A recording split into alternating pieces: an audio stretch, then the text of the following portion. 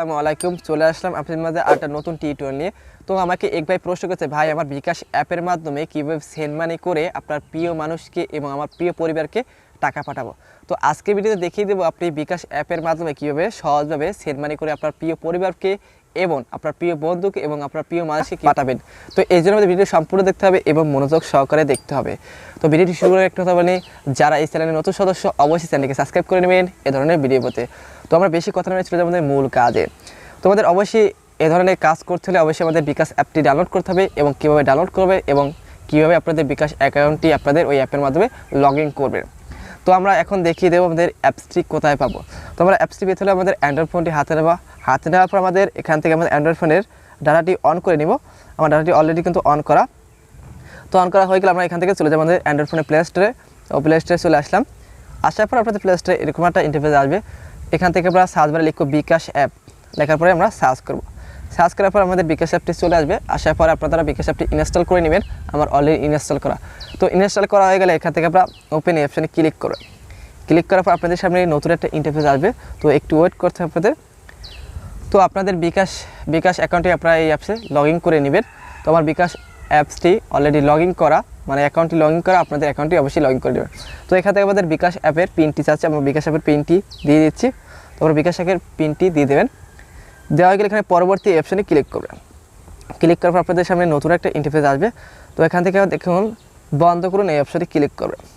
Click করার পর এখানে অনেকগুলো অপশন আছে। আপনি যেহেতু আপনার প্রিয় মানুষকে অথবা আপনার প্রিয় বন্ধুকে সেন্ড মানি করে পাঠাবেন, সেক্ষেত্রে আপনার এখানে একটা অপশন দেখতে পাচ্ছেন সেন্ড মানি।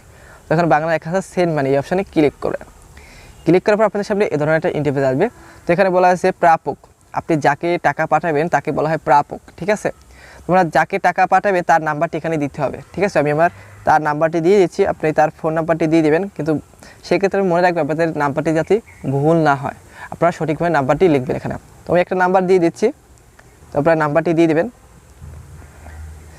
দেওয়া হয়ে গেলে দেখতে পাচ্ছেন পরের ধাপে দিতে ট্যাপ করুন। আমরা পরের ধাপে দিতে ট্যাপ করবো, এখানে একটা অপশানে ক্লিক করুন। ক্লিক করার আপনার সামনে এ ধরনের একটা ইন্টারফেস আসবে।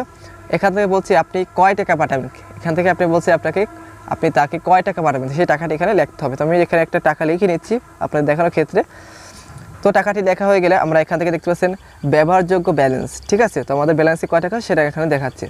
তো এখান থেকে একটা তীর আইকন দেখতে পাচ্ছেন, এই তীর আইকন অপশানে ক্লিক করতে হবে। তো আমরা তীর আইকন অপশানে ক্লিক করার পর আপনাদের সামনে এই ধরনের ইন্টারফেস আসবে। তো আপনাদের নিচে একটা ট্যাপ থাকবে, ট্যাপের উপরে ক্লিক করতে হবে, মানে চেপে ধরতে হবে, তাহলে আপনার ওই নাম্বারে টাকাটি চলে যাবে। তো আজকের ভিডিও এই পর্যন্ত। যদি ভিডিওতে দেখে একটু মাত্র বিন্দু উপকার পেয়ে থাকেন অবশ্যই ভিডিও একটা লাইক দেবেন অথবা আপনাদের মতামত কমেন্ট বক্সে জানিয়ে দেবেন এবং আমার ভিডিওটি আপনাদের বন্ধুর কাছে বেশি বেশি করে শেয়ার করবেন এবং আপনাদের পরবর্তীতে দেখিয়ে দেবো আপনারা কীভাবে আপনার বিকাশ অ্যাকাউন্টটি আপনার বিকাশ অ্যাকাউন্টটি আপনার এই বিকাশ অ্যাপে লগ ইন করবেন। তো এর জন্য আমাদের বেশি বেশি করে আপনাদের কমেন্ট বক্সে জানিয়ে দেন পরবর্তী আপনাদেরকে নতুন ভিডিও নিয়ে আসার জন্য। তো আজকের ভিডিও এই পর্যন্ত, সবাই ভালো থাকবেন, আল্লাহ হাফেজ।